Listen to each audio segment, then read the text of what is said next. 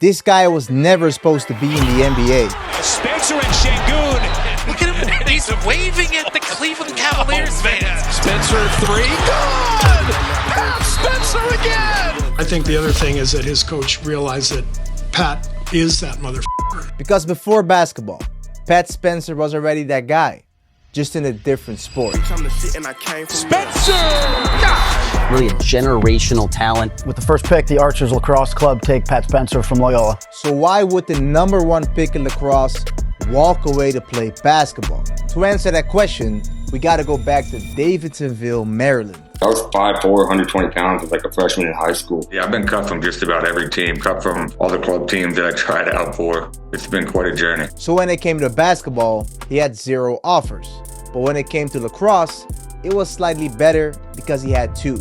So now he had a choice to make. At 5'4", 120 pounds, I had to pick between AAU and lacrosse. It seemed like lacrosse was probably a little bit more of a viable option at the time. So his junior year, he committed to play lacrosse at Loyola University, Maryland. But that year, his body finally grew, and Pat was now 6'1", so he was a different athlete. I realized that I could have played hoops at a really high level senior year of high school. The hardest part for me was telling all the schools I'm already signed for lacrosse and committed to that journey. I feel like I owe it to Loyola to see it through. When in freshman year did you feel like, okay, I can do this Division I thing?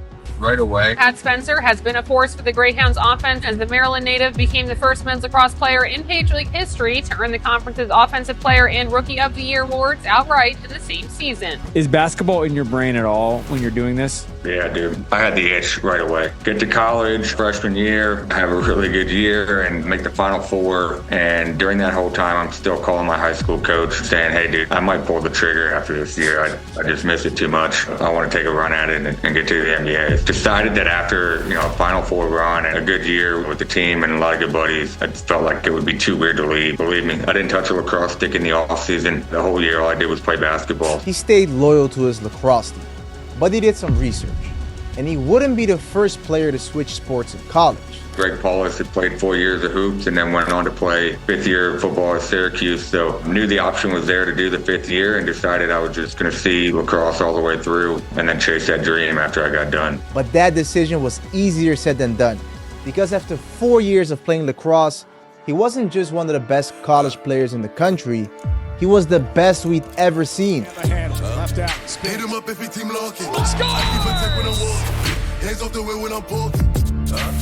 In the sport of lacrosse, kids are putting number 7 on. They want to wear Loyola jerseys because of Pat Spencer. He won the Tualatin Award, basically the Heisman Trophy in lacrosse. And by now, it was time for the next step, the lacrosse draft. Every draft has a player where it all begins. In the NFL draft, it was Kyler Murray. NBA draft is going to be Zion Williamson. Who is that player in the PLL? Yeah, unequivocally, that's Pat Spencer out of Loyola. Really a generational talent. He can do it all. He can create his own shot. He can distribute. He can shoot from the outside. He makes everyone around him better. A unique position where he has a 5th-year eligibility to play college basketball. May he explore that? May he not? That's certainly going to be a factor with this first pick overall. It's kind of a damned if you do, damned if you don't kind of selection. It sounds like you're ready to make the pick, so go right ahead.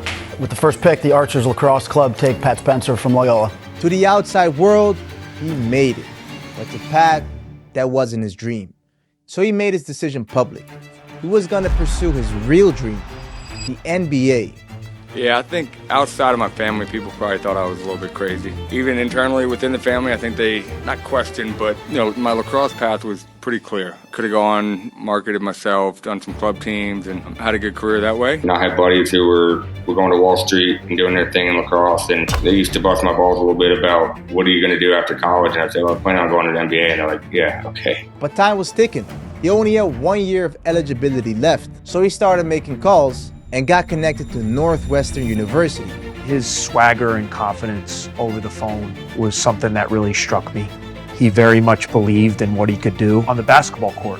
I just kept getting a bunch of texts from the girls on the lacrosse team saying, oh my God, Pat Spencer's here, Pat Spencer's here. And I was like, who is that? I had no idea who it was. Spencer, this time takes it himself. Boy, that was nifty. How about that? This explosive as well as strong. Again, guess who? Number 12. Spencer. Oh, threads the needle beautifully to Ryan Young. That was like the moment I've been waiting for, for 4 years of not playing basketball, and it becomes really exciting. In just his 5th college basketball game, Pat Spencer dropped 23 points. Spencer gets a screen, steps back, and buries it. How about that? I mean, it's, oh my goodness. Oh, why not? Why not? No. Come on. They allowed me to come in there and be myself competitively, work on a lot of things I need to work on, change my body. Just an incredible year in terms of like the learning and what I needed to get to. He proved he belonged. The NBA was still a long shot, but he had done enough to secure himself a G League opportunity after the season. But it was 2020. The pandemic shut down college basketball, and his opportunity was gone. But he didn't stop working. He was in the gym every day, staying ready for another shot. I had 1 year of college ball, and I couldn't afford to have basically a blank year on the resume. And when an opportunity fell through over here, I just felt like I needed to pop over there, keep a ball in my hand, and get something on the resume to help me work my way up the ladder. So he packed his bags and went overseas to play in Hamburg, Germany. Outsiders probably thought I was a little crazy at times. My mom probably thought, are you sure this is what you want to do when there's clearly a path laid out for you? There's never a plan B with me. I just don't doubt myself, and so I'm going to put in the work to get there. So Germany was a little bit of a detour. The goal was to always get the NBA opportunity, and just had to find a way to work my way up the ladder. A bunch of different hurdles through that whole roller coaster. After spending some time with the Hamburg Towers, he got himself another opportunity in the G League. He signed with the capital city Go-Go, the G League affiliate of the Washington Wizards. Bumpy year for me. I learned a lot. Capital City was a grind of a year for me, just putting my head down and working and competing. Got shorted some minutes in the first handful of games, but finally got an opportunity to compete in the last couple games where we actually played the Pacers and the Warriors, and that's when I got the call. Extra one, Spencer, pump fake, he attacks and throws it down. Those final 2 games put him on the map because he got a call to join the Santa Cruz Warriors, Golden State's G League team.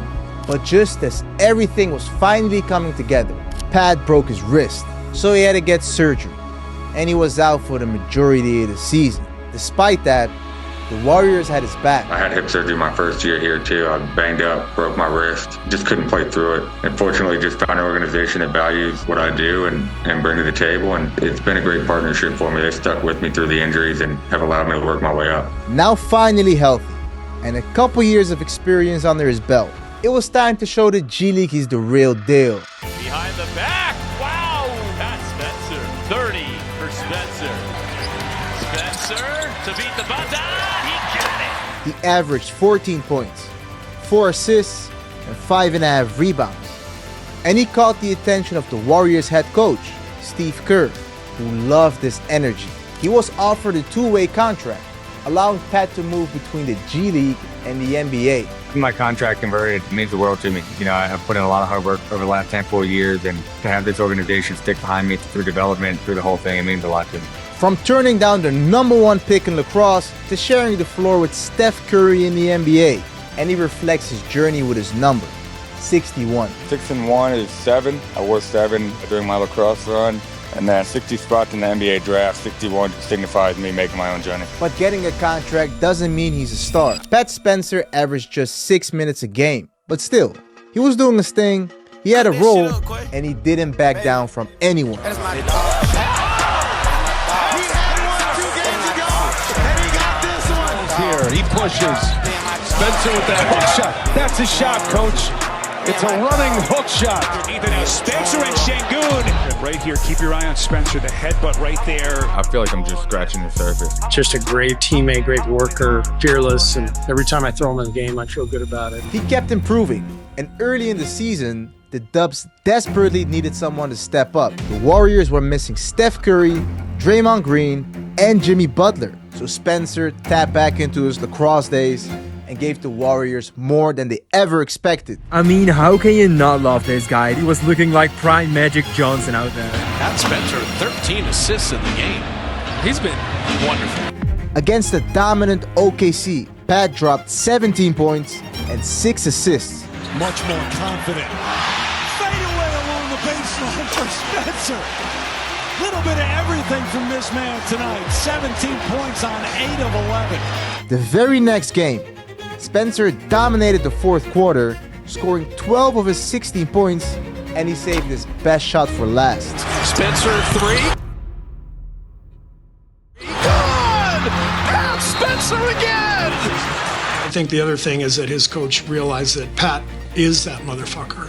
You know, am I allowed to say that? Or People were asking, who is this guy? Because he played with confidence. And that earned him the starting role against the Cavs, where the Dubs were nearly 9-point underdogs. But Pat Spencer is made for moments like this. And in his 61st NBA game, Pat Spencer gets his first career start. I love it.